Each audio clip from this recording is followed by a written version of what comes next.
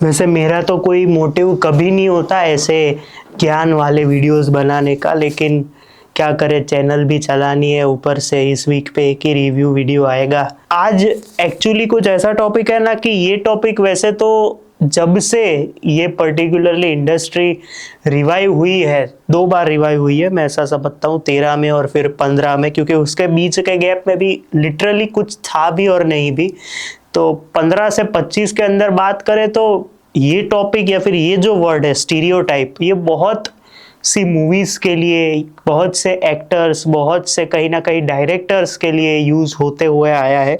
जहाँ पे मैं कुछ कोई एक्टर्स, एक्ट्रेसेस, डायरेक्टर्स, किसी फिल्म के नाम नहीं लूंगा, क्योंकि सबको पता है कि कौन कितना स्टीरियोटाइप हो चुका है इधर। बेसिकली आप लोग सोच रहे होंगे कि अचानक से ये वीडियो क्यों बनाया। मतलब प्रॉब्लम ये है कि ये एक ऐसी चीज है जो हर इंडस्ट्री में है। हर कोई रिव्यूज में भी बात करता है कि भाई ऐसा तो बहुत देखा हुआ है, भाई ये सब चीजें तो कोई किसी को पसंद नहीं आएगी, भाई बहुत देखा हुआ है। मैं खुद कभी कभी बोलता हूँ कि भाई ये सब कुछ देखा हुआ है, फिर आप क्यों ये कि ये चीज दिखा रहे हो। तो मैंने फिर ऐसा सोचा कि सबने देखा हुआ है, लेकिन ऐसा थोड़ी पॉसिबल है कि मेरे को जो पसंद आए उसको नहीं भी आएगा, उसको आएगा भी सही, फिर वो चाहे स्टीरियोटाइप मूवीज के लिए हो। तो आज का बेसिक क्वेश्चन मेरे मन में इस वीडियो में हम थ्रू आउट सॉल्व करने की ट्राई करेंगे, थ्रू आउट बताएंगे भी कि क्या ये इंडस्ट्री या फिर इस इंडस्ट्री की मूवीज जो है, जो हमने देखी हुई है कहीं ना कहीं हिंदी में, कहीं ना कहीं इंग्लिश में, कहीं ना कहीं मराठी, कोई भी भाषा में, वो उसी थाली को जिस तरह से हमने दूसरे साइड चखा है उसको वैसे ही देख के, वैसी सेम स्टाइल स्ट्रेटेजी के साथ बना के स्टीरियोटाइप कर रही है हमारी मूवीज इतने सालों से। और क्या स्टीरियोटाइप मूवीज कोई इंडस्ट्री के लिए जरूरी है कि नहीं, उसके ऊपर आज हम बात करेंगे। तो सबसे पहला जो मेरा बेसिक पॉइंट ये है कि ये स्टीरियोटाइप साइकिल कैसे काम करती है। मैं बेसिक एग्जांपल देता हूं, क्योंकि वो मेरे को लगता है कि वो एक जो एग्जांपल है वो खुद ही स्टीरियोटाइप इतना हो गया है कि खुद वैशल शाह को अभी बीच में बोलना पड़ा था। तो चीज ये है कि 2015 में छेल्लो दिवस मूवी आती है 20 नवंबर को। आई थिंक यहाँ 10 साल हो गए इस साल, उन्होंने खुद सबने पोस्ट किया था। तो उसके बाद एक अलग दौर तो शुरू होता है, लेकिन अलग दोस्तों की कहानी भी शुरू होती है। मेरे को 1-2 मूवीज के नाम याद है। एक है दाव थई गयो यार, एक है फोड़ी लईशु यार। इन सब में दोस्तों की बात थी कहीं ना कहीं, और वो फिल्में आज भी कहीं ना कहीं बनी रही है, ऐसा नहीं है कि नहीं बन रही। दोस्ती होती है, दोस्तों की बात होती है, कोई कॉलेज क्रश होता है, कोई नॉर्मल क्रश होता है, उसके ऊपर बात होती है। और फिल्म क्या होता है कि वो फिल्म बुरी तरह पिट जाती है, क्योंकि वो लोगों ने वो फिल्म पहले कहीं ना कहीं किसी रूप में देखी हुई है। अगर हम दूसरी साइड बॉलीवुड में बात करें, अगर आपने कयामत से कयामत तक देखी है, या फिर कोई ऐसी कोई स्पोर्ट मूवी देखी है, छिछोरे है, तो फिर आपको फिर वो शायद सितारे जमीन पर है, या फिर छिछोरे देखिए तो कोई पुरानी मूवी है, ऐसी कोई फिल्म फिर आपको पसंद नहीं आएगी, क्योंकि आपने वो पहले फीलिंग या फिर पहले वो चीज देखी हुई है। छिछोरे में अलग चीज क्या थी कि उन्होंने एंडिंग पूरा ऐसा अलग बदल दिया, और वो मैसेज इतना स्ट्रांग हो गया उस एंडिंग की वजह से कि लोग उससे कनेक्ट हो गए। मैं ये समझता हूँ उस फिल्म के related. Nitesh Tiwari as a director तो थे ही, और उनकी वो दूसरी स्पोर्ट फिल्म थी, if I am not wrong. तो ये चीज है। लेकिन अगर उसी फॉर्मूला को उसी सेम चीज में, उसी सेम तरीके से बनाने में जाओगे आप, तो उसको फिर हम स्टीरियोटाइप साइकिल कह सकते हैं, क्योंकि वो चीज ऑलरेडी देखी हुई है और लोग भी कंटाल जाते हैं उसकी वजह से। कहीं ना कहीं मैं समझता हूँ कि लोगों की अभी भी मन में ऐसी कहीं ना कहीं छाप है कि अभी भी वैसी ही कहीं ना कहीं फिल्में बनती है जो पहले बना करती थी, लेकिन ऐसा नहीं है, हम सबको भी पता है। तो उसके अंदर अब मैं बहुत बढ़िया चीज ये बताता हूँ कि छेल्लो दिवस आई चलो। अब मजे की बात यह है कि उनके ही सेम मेकर्स, सेम टीम, 3 साल बाद, आई थिंक यस 3 साल बाद दूसरी मूवी लेके आते। 3-4 दोस्तों की कहानी है, शू थयू करके। अब वो वापस फ्रेंड्स की कहानी है, और वापस सेम चीज है। इधर इस बार मल्हार वापस फंस गए। लेकिन आप अगर वैशल शाह की मूवीज में अगर आप देखें ना, तो एक बहुत बढ़िया चीज लगती है कि हमेशा मल्हार ही फंसते हैं। पहले छेल्लो दिवस में मल्हार का एक्सीडेंट हो गया, इसमें वो सब कुछ याददाश्त भूल गए। 3 एक्का सेम अगेन तीन तीन दोस्तों की कहानी है, वहां पे उनकी शादी रुकी हुई है। तो ये थ्रू आउट उनके पास वो एक मेजर कनेक्शन है कि मैं फंसाऊंगा तो इसे ही, क्योंकि लोग इसके ऊपर या फिर इसके कैरेक्टर्स के ऊपर बहुत हंसते हैं, बहुत इसको रेलेवेंट रखते हैं थ्रू आउट। मजे की बात यही है, कोई वो पर्सन वही है, लेकिन आइडियाज, स्टोरीज या फिर उसको बनाने का सब्जेक्ट, उसका जॉनर, उसका तरीका बदल जाता है थ्रू आउट। आप उसमें स्टीरियोटाइप रहते हो, लेकिन उसको आपको देखने का नजरिया, उसके कैरेक्टर्स अलग हो जाते हैं। कभी कभी वो लोग मेटा ह्यूमर यूज करते हैं कि पुरानी फिल्मों का उठा देते हैं। डैनी जिगर मेरे को अभी भी याद है, एक जगह पे कृष्ण देव याग्निक का कैमियो, एक जगह पे प्रतीक परमार थे, पूरा टीम बैठा हुआ था, एक जगह पे प्रोड्यूसर्स पे डिग लिया गया था, आई थिंक नीलय चोटाई पे, उनके ऊपर एक जगह पे डिग लिया गया। तो वो सब उन्होंने थ्रू आउट मेटा ह्यूमर की वजह से, आई थिंक कि अभी जो लोग पसंद कर रहे हैं उनको वो फिल्म इसलिए पसंद आ रही है। लेकिन वैशल शाह की बढ़िया चीज ये है कि वो तीन दोस्तों की कहानी बताते हैं, नो डाउट, लेकिन उसके सिचुएशंस, उसके कैरेक्टर्स, उसका बैकग्राउंड, उसका जॉनर सेम रहता है, उसका वो तीन दोस्त वाली बात रहती है, लेकिन उसको ट्रीट इतना बढ़िया करते हैं, उसको मतलब उसको इतना रन टाइम भी, चलो हम समझते हैं कि छेल्लो दिवस वॉज समथिंग लाइक 215-20 समथिंग समझता है, तो शू थयू का वो कैरी फॉरवर्ड वो नहीं करेंगे, क्योंकि स्टोरी अलग है, सिचुएशंस अलग है, कैरेक्टर्स अलग है। सिर्फ ट्रीटमेंट के ऊपर अगर आप पूरी फिल्म देखें, कहानी तो वही है थ्रू आउट। अगर आप तीन दोस्तों की कहानी देखो, तीन दोस्त हैं, कोई ऐसी सिचुएशन में फंस जाते हैं, अब क्या करेंगे। छेल्लो दिवस चार दोस्त है, कॉलेज फेयरवेल के बाद जा रहे हैं, मतलब कॉलेज खत्म हो गई है, एक्सीडेंट हो गया, अब क्या करेंगे, मतलब एक टाइप का मैं ऐसा सिनॉप्सिस दे रहा हूँ। शू थयू है, तीन चार दोस्त है, एक की याददाश्त चली गई है लेकिन उसकी शादी है दूसरे दिन, अब क्या करेंगे। त्रण एक का है, तो जो मेन कैरेक्टर है उसकी शादी होने वाली है, लेकिन उसको एक सिचुएशन दी जाती है, उसमें उसको पैसे लाने होते हैं, जो हमने बहुत 90s 80s में वो मिथुन और प्रेम चोपड़ा का तो उसका पूरा सीन है, वो पूरा जो एक उसकी जो पैसों वाली बात है, वो अब क्या करेंगे। तो सिचुएशंस कहीं ना कहीं, वो तीन दोस्त है, फिर ये होगा वो होगा, अब क्या करेंगे, वो रहता है। स्टोरी नहीं होती है, आप जिस तरह से देख रहे हो उसको, आपका नजरिया अलग पड़ जाता है, क्योंकि उसका कंटेंट बहुत बढ़िया होता है।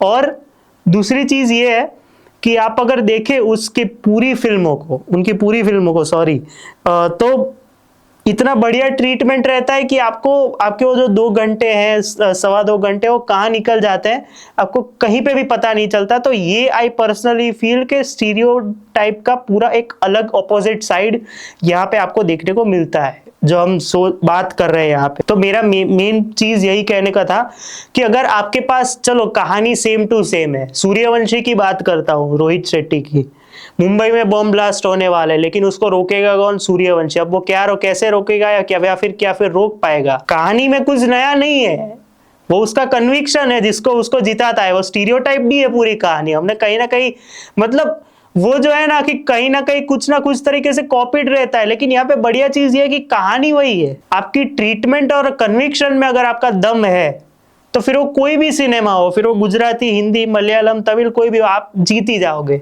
पुष्पा में भी बढ़िया चीज यही कन्विक्शन ही थी। पुष्पा है, फिर एनिमल तो नहीं, एनिमल तो लॉजिकल स्टोरी थी, अगर पुलिस वाले टैगलाइन को साइड में रखे तो।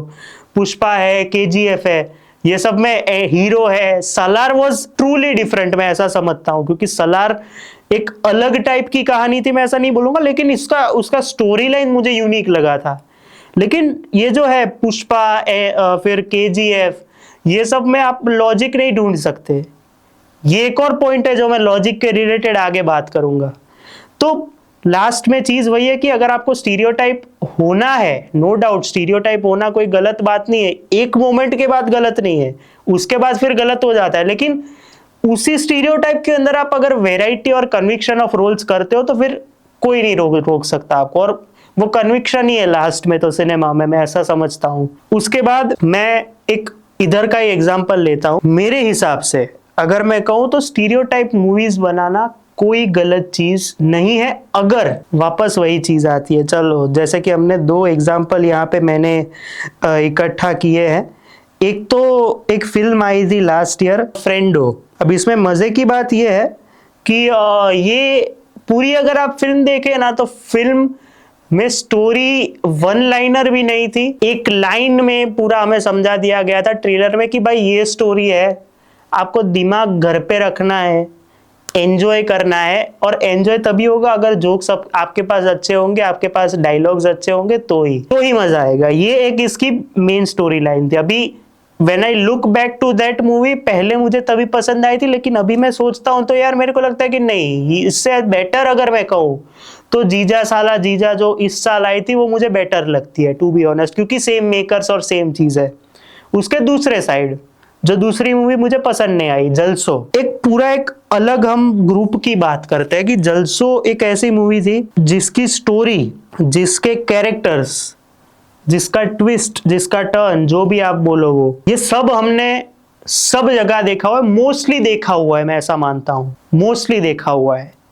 लेकिन मजे की बात इधर क्या आती है पता है, अगर पब्लिक को वो पसंद है, वो मोस्टली देखा हुआ भी उन्हें पसंद ही है कहीं ना कहीं, तो फिर हम as a reviewers, as a critics कुछ नहीं कर सकते। मेरे को जलसों में मेन प्रॉब्लम यही थी कि मैंने जो इतने सालों से जितनी फिल्मों में कहीं ना कहीं से देखा है, वो सब लोग इधर से उठाए, उधर से उठाए, इधर, तो वो सब देख के मैं थक चुका था कि नहीं, ये नहीं देखना है। और उसके बीच में मैंने भी इतने सारे बढ़िया फिल्म्स देखे थे इस साल गुजराती में कि मैं बीच में एक ऐसा स्पीड ब्रेकर आ गया तो मैं शॉक हो गया, करे बाप रे ये क्या हो गया अचानक से।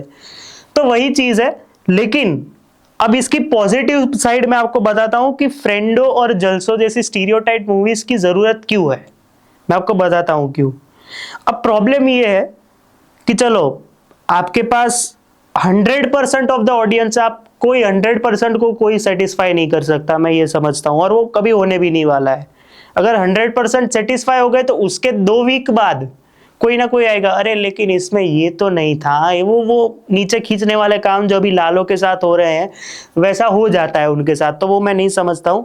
लेकिन जैसे कि हम सिर्फ जलसों का एग्जांपल लेते, चलो मैंने वो सारी स्टोरीज देखी है, मैंने उस टाइप का सब कुछ देखा है, लेकिन इंडिया में, मैं इंडिया की बात करता हूँ, या फिर इंडिया में या फिर गुजरात में एक आधा ऐसा समझते हैं कि 20-30% ऐसा चंक है जिनको ऐसी स्टोरीज अभी भी देखना पसंद है। अगर आप उसको हटा भी दोगे तो भी कोई उसको फर्क नहीं पड़ेगा, उसके लिए ऐसा कोई टाइप का मूवी है, ऐसा कोई टाइप का स्टोरी है, वो कोई दूसरे रूप में तो आ ही जाएगा। तो बेसिक मेरा कहना यही है कि आप स्टीरियोटाइप मूवीज को भले ही कितना हेट कर लो, फिर चाहे वो मैं हूं, कोई और क्रिटिक्स हो या फिर कोई और हो, मजे की बात यह है कि अगर ये अहमदाबाद वाले को पसंद नहीं आ रहा, या फिर एक मुझे पसंद नहीं आ रहा, मेरे दूसरे सेम एज ग्रुप वाले को या फिर कोई बड़ौदा वाले को वो पसंद आ सकता है, क्योंकि उसको सिर्फ टाइम पास या फिर उसको सिर्फ एंटरटेनमेंट दिखता है उसमें। ये एक बेसिक स्टीरियोटाइप मूवी का एक जॉनर मैं समझता हूं कि entertainment is genre for those people जिनको स्टीरियोटाइप फिल्म्स या फिर सीरीज देखना पसंद है। अब जलसों में मेरे को प्रॉब्लम क्या थी कि ये तो मैंने टीवी सीरियल्स में भी देखा है, टीवी सीरियल्स देखने वाले लोग भी आज भी एग्जिस्ट करते हैं। मतलब ऐसा नहीं है कि हम ऐसा मान लेते कि अरे ये पब्लिक को पसंद नहीं आएगा, पब्लिक को कब क्या पसंद आ जाए ना किसी को नहीं पता, ये मैं ऐसा समझता हूं और सब लोग समझते हैं। जलसों में भले ही मेरे को गालियां पड़ी थी, पर्सनल अटैक्स आए थे, मेरे को आज भी 2-3 लोगों के ऐसे मैसेज आता कि नहीं भाई इधर तू गलत है। अब उन्होंने किस तरीके से, कैसे ट्रेलर देखा हो, कैसे टीजर देखा हो, कैसे उनके प्रमोशंस को, कैसे सॉन्ग्स को फॉलो किया हो, वी डोंट नो। अभी तो ओटीटी पे भी आ गई है मूवी। ऐसा कह सकते हैं कि उनको सिर्फ एंटरटेनमेंट चाहिए, लॉजिक गया तेल लेने, ये मैं समझता हूं। और जो टीवी सीरियल वाली ऑडियंस है, जो वो लोग वाले ऑडियंस है, जो मैं समझता हूं कि मिडिल एज से ओल्ड एज के बीच में ही है, ऐसा मैं अभी समझ रहा हूं, क्योंकि यंग एज वाले या फिर आधे मिडिल एज वाले वेब सीरीज के टाइप भी शिफ्ट हो रहे हैं। कुछ लोग अभी ऐसे हैं जिनको सीरियल्स में मजा आता है। मेरे घर का एग्जांपल लेता हूं, सीरियल्स वाला चंक ज्यादा है, इसलिए मैं वेब सीरीज टीवी पे नहीं देख सकता हूं। अगर सारे वेब सीरीज वाले आ जाते, अगर फैमिली फ्रेंडली वेब सीरीज वाले आ जाते, तो वो भी एक अलग चंक बन सकता है, नो डाउट। तो मेरा पॉइंट ऑफ व्यू यही है कहना कि जलसों को अगर मैं एक लाइन में अभी भी देखता हूं तो मेरे को यही आता है कि भाई ये सब टीवी सीरियल वाली हरकतें यहाँ पे क्यों कर रहे हो, आप फिल्म दिखाओ। लेकिन जो एक टीवी सीरियल वाला जो पूरा एक पॉइंट ऑफ व्यू है, जो लोग देखते हैं उसको, टीवी सीरियल्स को फॉलो करते हैं, उनको पसंद आई होगी फिल्म। ऐसा नहीं है कि सारे लोगों को नया ही सिनेमा देखना है, बहुत से यूट्यूबर्स जिनको मैं फॉलो करता हूं, मैं नाम नहीं लूंगा, ऐसी फिल्मों की वजह से या फिर ऐसे मूवीज की वजह से इंडिया नया सिनेमा नहीं बना पा रहा। कोई भी बंदा, कोई भी लड़का, कोई भी उम्र का हो, वो खाते समय या फिर कोई ऐसे समय ऐसा नहीं बोलेगा कि भाई मेरे को अभी छिल्लो शो देखनी है तो प्लीज वो लगा। वो तभी ऐसा ही बोलेगा, चलो भाई छिल्लो दिवस के कुछ फनी सीन्स, गुज्जू भाई के फनी सीन्स देखते हैं। उनके लिए एंटरटेनमेंट मैटर करता है। वो जो पूरा सिनेमा है वो पूरा अलग है, वो बाद में देखेगा। लेकिन उसको एंटरटेनमेंट किससे मिलता है? तो ऐसी फिल्मों से, मासी फिल्मों से या फिर ऐसी स्टीरियोटाइप फिल्मों से। तो आप उसको तो कभी हटाने नहीं वाले हो। अब मैं आता हूं अभी के एग्जांपल पे। जो अभी जो एक फिल्म रिलीज हुई है, जो मैंने सॉरी टू से टू द मेकर्स, अगर वो लोग ये मूवी या फिर सॉरी ये वीडियो देख रहे हैं, तो अभी एक गुजराती फिल्म आई थी लास्ट वीक, आवादे, जिसमें आई थिंक परीक्षित टमालिया, कुंपल पटेल और डायरेक्टर आई थिंक निहार ठक्कर थे। अब मैंने फिल्म का सिर्फ ट्रेलर देखा है, फिल्म के सॉन्ग्स देखे और उनका एक दो पॉडकास्ट देखा है, जो वन ऑफ दोस पॉडकास्ट जो मैं जिनको फॉलो करता हूँ रेगुलरली, वो बस।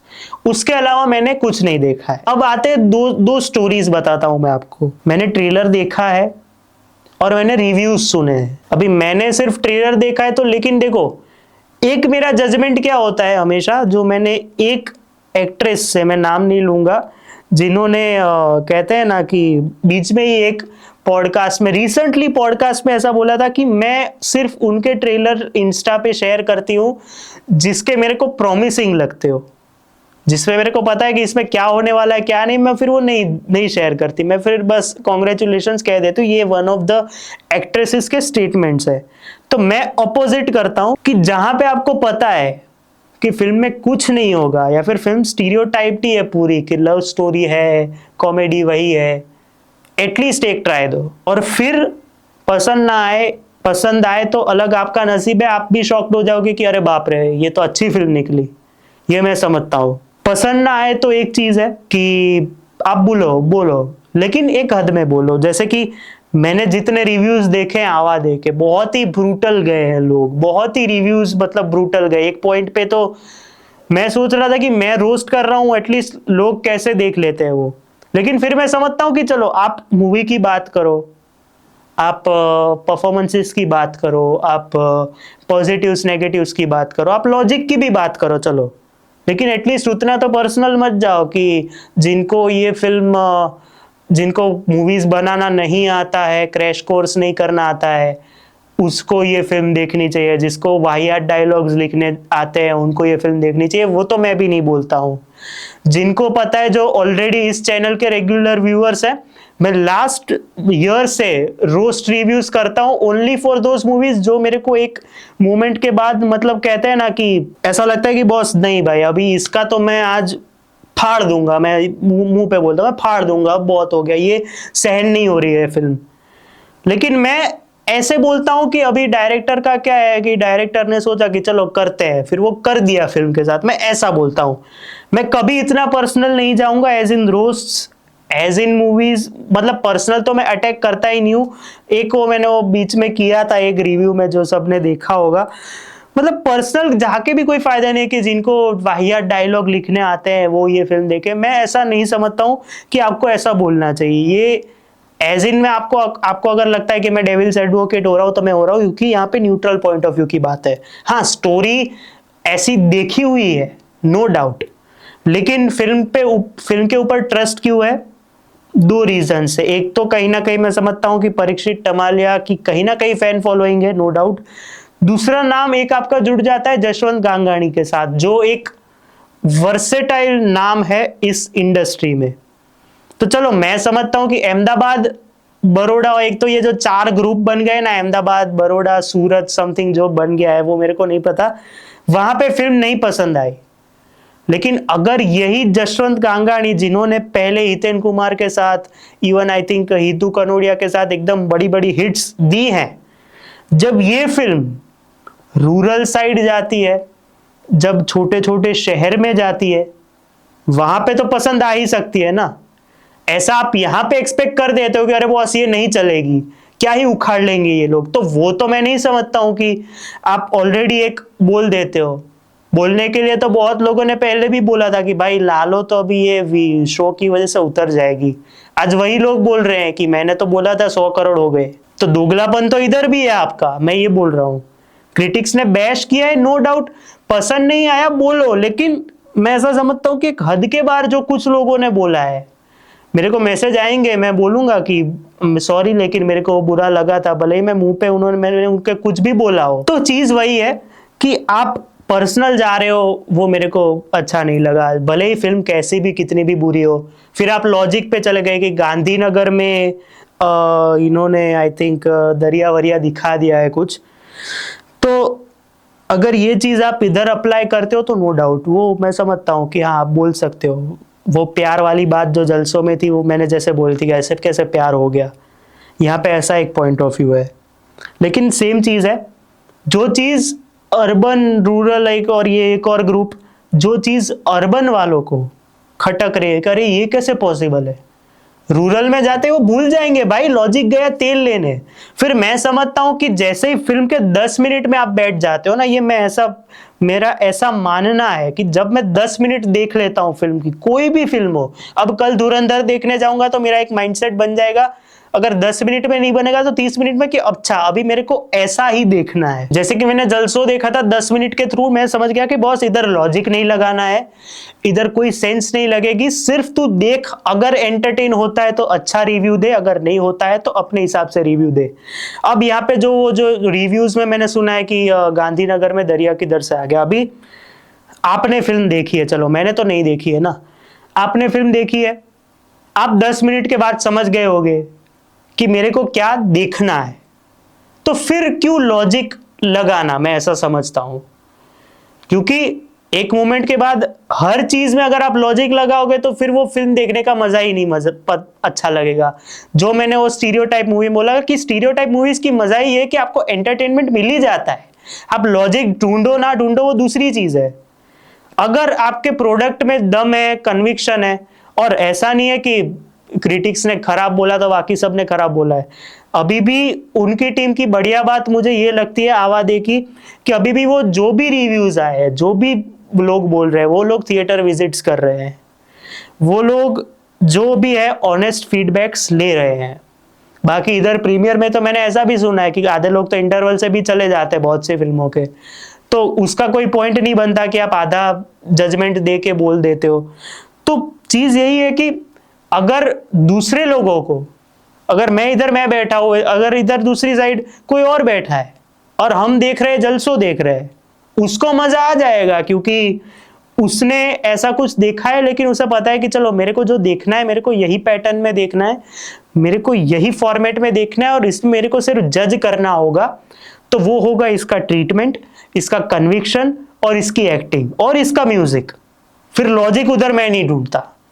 अगर मैंने आवाज़ें देखी होती, अगर पसंद आई होती, जो मैंने 10 मिनट वाला फैक्टर बोला कि अगर मैंने देखी होती, तो एक्टिंग, फिर ट्रीटमेंट, कन्विक्शन, और लास्ट में मेन सवाल रहता है कि भाई तू एंटरटेन हुआ कि नहीं। अगर हुआ होगा तो रिव्यू में मैंने बोल दिया होता कि भाई मजा आया, अच्छा था।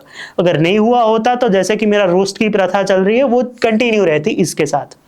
तो आई थिंक यहाँ पे चीज यही है, मैं न्यूट्रल होके बोल रहा हूँ कि रिव्यूज के ऊपर से तो मैं खुद भी नहीं जाता। हमारा तो इधर जो ग्रुप है ना रिव्यूअर्स का, मतलब जितने भी लोग हमने वो डायरो किया है, अगर पहले किसी का रिव्यू आ गया तो तब तक वो मैं देखता ही नहीं हूं जब तक मेरा शूट हो के अपलोड ना हो, मैं ऐसा रखता हूं। तो चीज वही है कि always see what people are liking. हाहाकार थी वो किसी को रिव्यूअर्स में से पसंद नहीं आई थी, लेकिन फिल्म क्यों चल गई? कन्विक्शन, म्यूजिक, कॉमेडी एंड कहीं ना कहीं स्टोरी। तो मे बी आवादी can do wonders, we never know. तो ये मेरा पॉइंट ऑफ व्यू था, क्योंकि अभी ये हॉट टॉपिक चल रहा है, इसके ऊपर बहुत सी बातें हो रही है लोगों की। तो मेरा यही पॉइंट ऑफ व्यू है कि अगर आवाज़ें स्टीरियोटाइप कैटेगरी में आती है, भले ही मैंने नहीं देखी, लेकिन मैंने ट्रेलर देखा है, तो मैं कह सकता हूँ कि हाँ ये one of those family entertainers होगी जो कुछ लोगों को पसंद आएगी और कुछ लोगों को नहीं आएगी। चलो, तो ये बात थी मेरी इसके ऊपर। अब फाइनल 2 पॉइंट्स के साथ हम इस वीडियो को बंद करेंगे, बंद ही करना पड़ेगा। तो अभी पॉजिटिव्स और नेगेटिव्स क्या है एक स्टीरियोटाइप मूवी बनाने के? सबसे पहला, सबसे पहले हम पॉजिटिव्स की बात करते हैं, तो पॉजिटिव में यही चीज़ है, सेम चीज़, मतलब मैं दोहरा रहा हूँ, मेरे को लग रहा है कि मैं बहुत ज़्यादा ही बोल रहा हूँ एक की एक चीज़, कि स्टोरी पुरानी है आपकी, कोई बात नहीं, जवान की कहीं ना कहीं स्टोरी आप अगर देखें तो गरीबों का मसीहा टाइप स्टोरी, बाहुबली सेम, लेकिन उस फिल्म को बचाया किसने? उसके मास एलिमेंट्स ने, उसके डायलॉग्स ने, उसके कन्विक्शन ने। अगर आपकी स्टीरियोटाइप स्टोरी में ये सारी चीज है और एक सरप्राइज कैमियोज, अभी तो जो रोहित शेट्टी ने नया शुरू किया है, हर मूवी में एक कैमियो, तो अगर वो चीजें है तो स्टीरियोटाइप फिल्म्स इतना बढ़िया करेगी ना कि किसी ने नहीं सोचा होगा।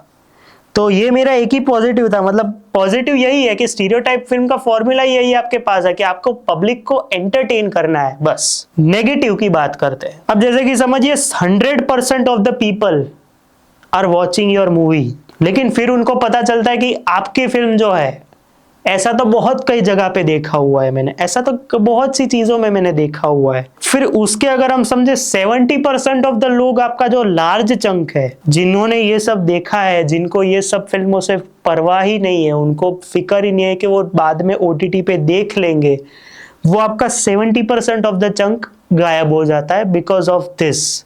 फिर वो नहीं देखेंगे कि अरे भाई कोई वर्ड ऑफ माउथ से जाऊंगा, इससे जाऊंगा, उन्हें पता है कि भाई ये तो मैं OTT पे भी देख सकता हूँ क्योंकि अभी ये नया ट्रेंड हुआ है, अरे OTT पे देख लेंगे उसमें क्या। तो ये 70% आपका चला जाता है, और जो 30% है उसमें भी अगर आपकी फिल्म गलत खराब निकली या फिर बुरी निकली तो वो 30% का 15 से 10 हो जाएगा, आपको कभी नहीं पता है। तो ये मेरा समझता हूँ कि अगर स्टीरियोटाइप मूवीज वो जो उस टाइप की बनती है जो सब्सिडी के लिए होती है या फिर जिसमें कोई माल नहीं रहता है, उस टाइप की बनती है, तो वहां पे प्रॉब्लम यही होती है एट लास्ट, मैं ऐसा समझता हूं। तो दूसरी चीज और लास्ट फाइनल दो चीज है, जो मेजर ऑडियंस, जो मेजर पब्लिक है, नॉर्मल पब्लिक है, उनको तो फिर भी यही रहेगा, अरे बाप रे ये तो सब मैंने सीरियल में देखा हुआ है, इसके लिए मैं थिएटर में मेरे 200 रुपए क्यों वेस्ट करूं, अब तो 250 हो गई है टिकट, तो उतना मैं क्यों वेस्ट करूं। तो because of this stereotype movies कहीं ना कहीं ऐसे बिजनेस को, आपके मूवी को और पब्लिक को भी अफेक्ट करती है कि भाई इससे अच्छा OTT पे ही देख लेता हूं। मेरी फाइनल वर्डिक्ट अब ये है पूरे मूवीज, पूरे इस इंडस्ट्री के ऊपर, कि क्या स्टीरियोटाइप मूवीज, एक की एक स्टोरी, एक की एक सब चीजें बनना जरूरी है?